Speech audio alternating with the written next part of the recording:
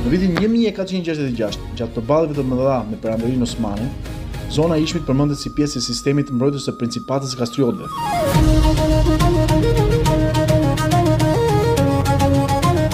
Edhe pse sot e rënuar, kalaja ruan gjurmët në një kohë lufte, qëndrese dhe mbijetese.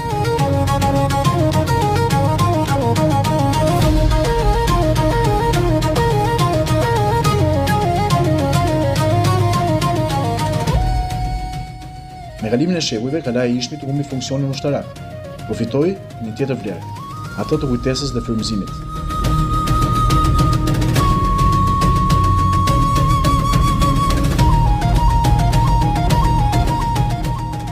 Nga ky peizazh lindi një nga figurat më të mëdha të artit shqiptar dhe evropian, Ibrahim Kodra.